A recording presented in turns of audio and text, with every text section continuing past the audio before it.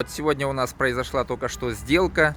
Сегодня у нас 15 октября 2019 года. Вот Чолпонкул Байке и Ахмед, это продавец квартиры, Чолпонкул покупатель, пайщик наш. Мы сейчас находимся в госрегистре. Вот только что произошла сделка, вон там юрист наш идет. Вам не страшно было продавать квартиру и деньги через банк? Страшно было, конечно. А как вы поверили? Ну, поверили на слово. Ну вот сейчас только что прошло оформление, сейчас поедете в банк получать деньги, да? Чолпонкул Байке, а вам, когда заходили в кооператив, как у вас были сомнения какие-то? Ну, тоже были немножко сомнения, но уже сейчас нет уже, никакой сомнения нету. Я уже получаю сегодня квартиру в Ирса. Никакой сомнения нет. Сколько Всем стоит ваша желаю. квартира? 85 тысяч. 85 тысяч долларов. А в месяц сколько будет платить? Около 33 тысячи сомов. 33 тысячи Сомами. сомов. Ага. Все, супер, спасибо.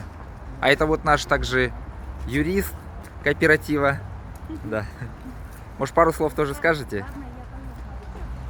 Что сказать? Сегодня оформили очередную квартиру. 77-я по счету.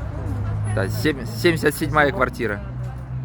Мы очень рады, что наши члены кооператива приобретают через кооператив квартиры и на очень хороших условиях. Под 0% в Казахстане такие условия. Небольшие выплаты будут. Квартира очень хорошая, большая, 115 квадратов.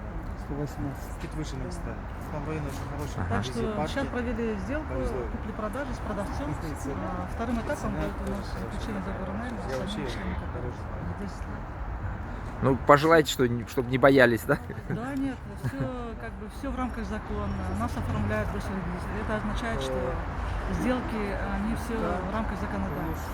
Тем более, что госрегистр провел специальное совещание по нашему кооперативу, потому что у них тоже вопрос стоял, как это все оформлять. В Казахстане кооперативное движение еще не очень развито, поэтому даже в госрегистре не были знакомы с Процедурой. процедурой оформления сделок по кооперативу, по жилищным кооперативам.